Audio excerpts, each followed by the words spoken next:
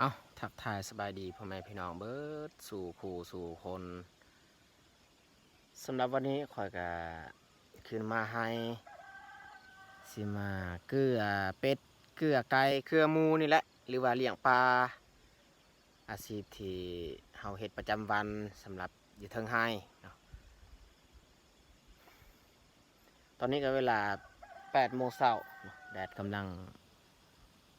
ส่องมาเนาะไปเฮาย่างไปเบิ่งไปชมน้ำกันเฮาสิเอาอันนั้น ลกไก่นี้ไปเลยเนาะเพราะว่าลกที่เฮาป่าไว้อยู่เทียงให้ฮันมันค่อนข้างเพแล้ว เอาลกใหม่อันนี้ไปใส่คืน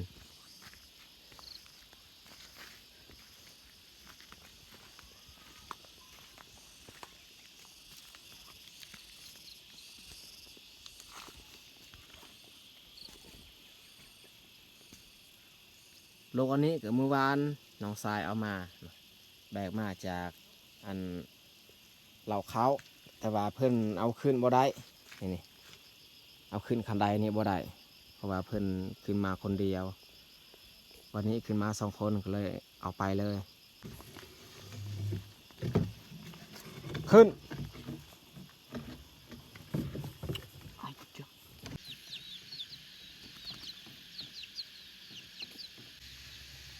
ลกไก่นี่ปลาไว้อยู่นี่แหละให้มันตากแดดก่อนตอนแรงมาจึงคอยเอาเขากระล่างเทียง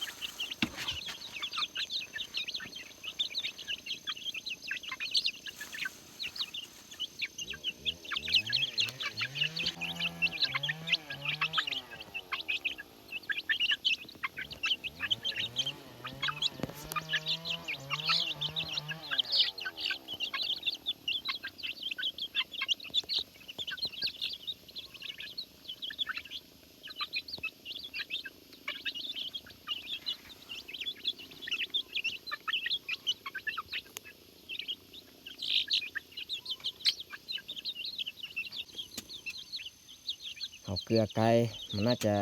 อิ่มแล้วมันกิน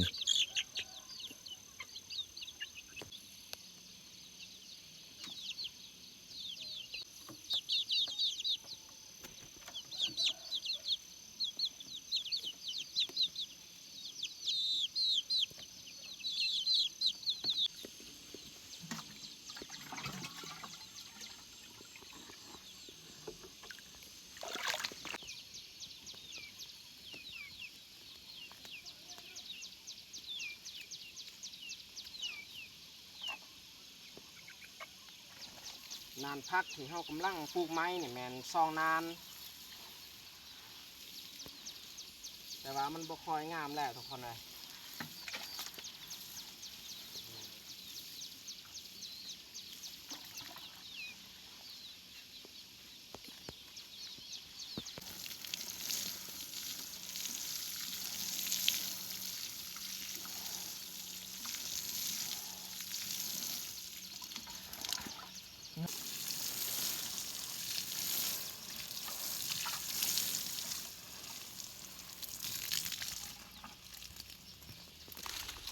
ออกไป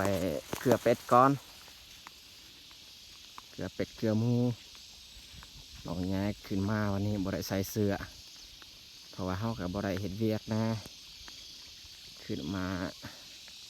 เกลือเป็ดเกลือไก่เป็ดออกแล้ว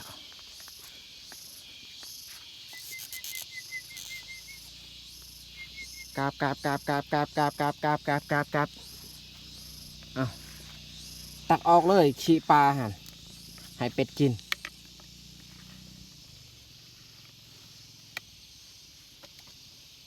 โอ้ไหวขนาด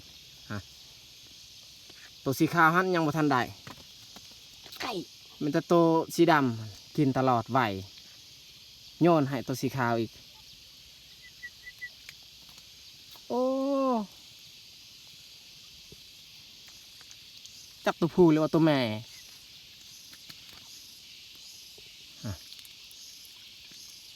Ceng ada benamat.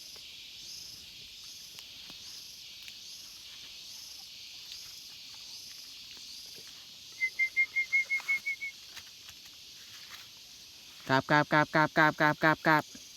Dokonnya kia. พอแล้วพอแล้ว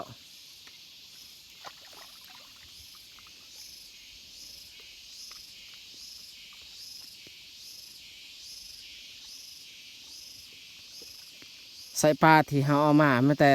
ตัวดำอันนี้ได้กินตัวขาวหันบ่ได้กินสับตัวดำอันนี้ไวขนาดบัวจะเป็นแมงไม้แมงตอกที่มันบินเข้ามาบริเวณนี้นี่ตัวดำนี้มันได้กินตลอด Wow. ปลาไว้และอยู่นี่ให้มันกินนี่ก็ยังนี่ตัวมือวานนี้เอาไปเกลือหมูอีกเงี้ยงเถียวกังไว้ไม่แต่แมงมันถือเต็มเลย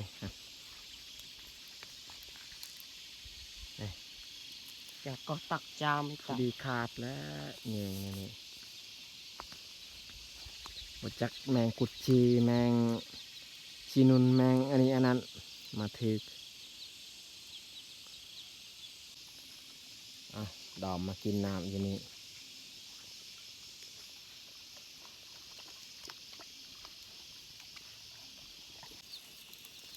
มาเบิ่งลูกหมูอีก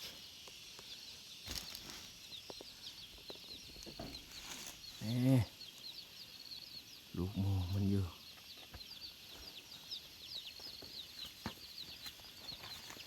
ขึ้นเลยขึ้นในเลยขึ้นไปเกลือ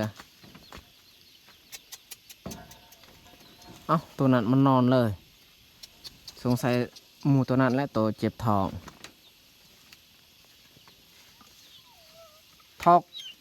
ทอกไปแบบบนไหนบนหนึ่งตัวเก่าฮะคันบอกก็เอาไปเกลือปลา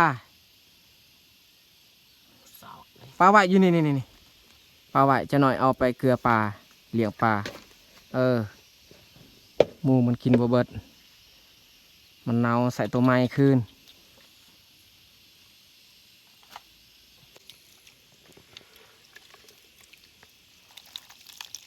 พอแล้วปลาไหว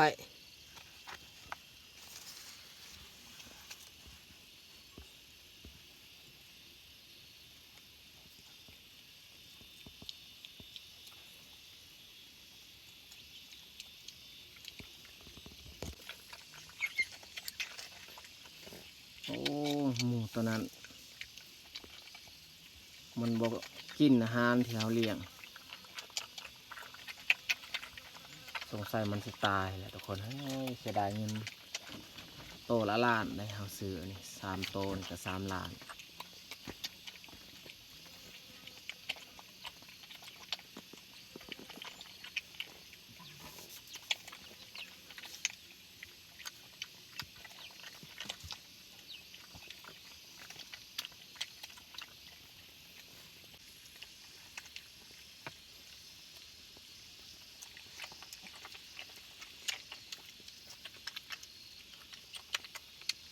ตามันกระบอดอีกเบื้องหนึ่ง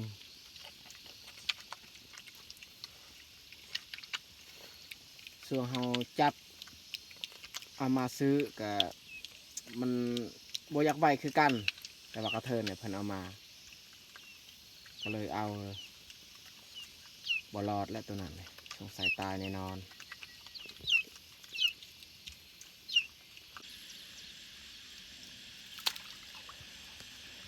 โยนให้ปลากินอีก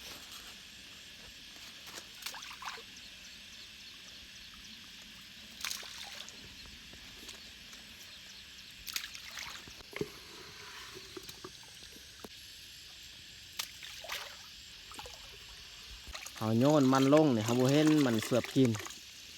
ถ้าว่าเขาโยนห้ำนี่เห็นอยู่แล้วมันเสือบกินเพราะว่าห้ำมันฟูมันนี่มันชุ่มลงเลยมันก็กินอยู่ลุม อาดากแตกหันลาว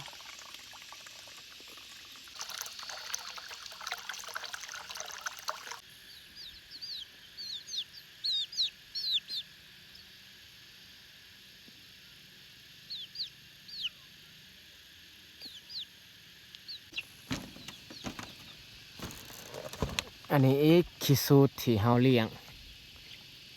เต็มปีแล้วนะเฮายังบ่ทันเปิดเอาน้ำมันมากินคิสูตรที่เฮาตัดจากป่าเลิกป่าไก่มาเลี้ยงอยู่นี่อันนี้ก็กระบังไม้ไผ่ที่มันเฮ็ดหังในป่าเนาะเฮามาพาเครื่องแล้วก็เอาน้ำไปกินแล้วจึงงมคืนอีกปะไว้คือเก่า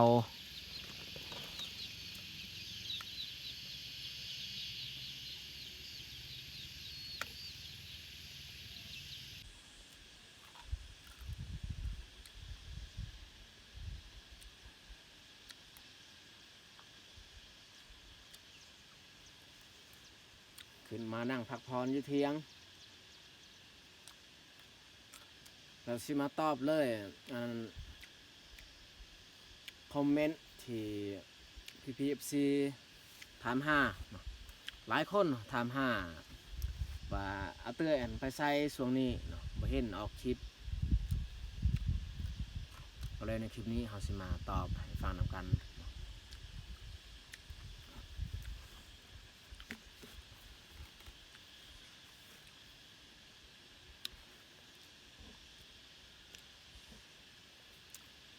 สำหรับอาเตื้อยเนี่ยแมนเพิ่นบ่อยู่บ้านเฮาแล้วเนาะเพิ่นไปปลูกข้าวไฮหรือว่าสักข้าวไฮช่วยแม่หรือว่าอ้ายเพิ่นเนาะอยู่บ้านเพราะว่าของเฮานี่เฮาปลูกแล้วเนาะก็เลยคอยไปส่งเพิ่นให้เพิ่นไปช่วยตั้งแต่วันที่1วันที่1เดือน5เพิ่นไปมื้อนี้กับวันที่9วันที่10แล้ววันที่10เนี่ยแต่ว่าเพิ่นยังบ่ทันมา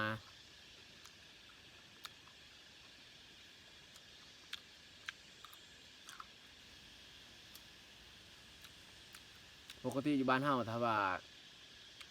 เขาปลูกข้าวยังบ่ทันแล้วนี่เขาบ่ให้ออกไปทางอื่นเนาะต้องปลูกให้มันแล้วจึงขอกลับมาเอาเตยไปช่วยแม่ก็คือกันปลูกจนมันแล้วจึงสามารถกลับมาบ้านเฮาอีกยังไงก็ต้องขอบอกใจเนาะ FC ที่เป็นห่วงเป็นใยถามหาน้องอาเตื้อยเนาะ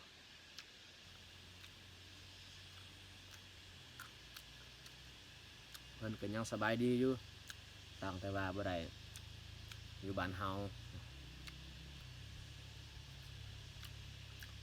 แต่ว่าเตื้อยกลับมาจากปลูกข้าวให้สวยแม่หรือว่าอ้ายเพิ่นมาฮอดบ้านเฮาก็พักผ่อนประมาณ 2-3 มื้อจึงคอยลงไปเสียหญ้าให้อีกหญ้าให้ที่เฮาปลูกอยู่รุมหั่นเพราะว่าเฮายังบ่ทันเสียเดือนก่อนเอาสักเขาไว้ก็คลิปนี้นี่เฮาบ่ได้ขึ้นมาเฮ็ดเวียกอยู่นี่ก็เนื่องจากว่าวันนี้นี่แม่น้องยิ่งกลับบ้านน้องยิ่งนอนอยู่เฮือนเฮานี่3 คืนแล้วน้องยิ่งมายามนอน3 คืนมื้อนี้เพิ่นกลับกับหลานสาวเฮาก็ต้องได้ไปส่งอีกจักหน่อยนี่เพราะว่าผัวของน้องยิ่งหันบ่อยู่บ้านแล้วต้องได้ไปส่งเพิ่นส่วนอาเตื้อนี่ยังบ่ทันฮู้ว่าเพิ่นสิกลับมามื้อใดถ้าว่ากลับมามื้อใดก็มีคลิปออกมาแน่นอนโอเคสำหรับคลิปนี้ก็สิจบลงอยู่นี่แหละการขึ้นมาวันนี้ก็บ่มีหยังมากมายมันแต่มาเครือเป็ดเครือไก่เลี้ยงหมูเลี้ยงปลานี่แหละจะได้ก็ต้องขอบอกขอบใจ FC ที่สละเวลาเข้ามาเบิ่งคลิปของเฮาตั้งแต่ต้นจนจบ จะได้ก็อยากใส่พรให้ FC หมดทุกคนจงมีสุขภาพแข็งแรงเนาะอย่าเจ็บอย่าจนเฮ็ดอิหยังก็ขอให้เจริญก้าวหน้าปรารถนาสิ่งใดก็ขอให้สมหวังทุกประการเนาะจะได้ก็ขอให้มีความสุขตลอดชีวิตเนาะขอขอบใจหลายๆอีกครั้ง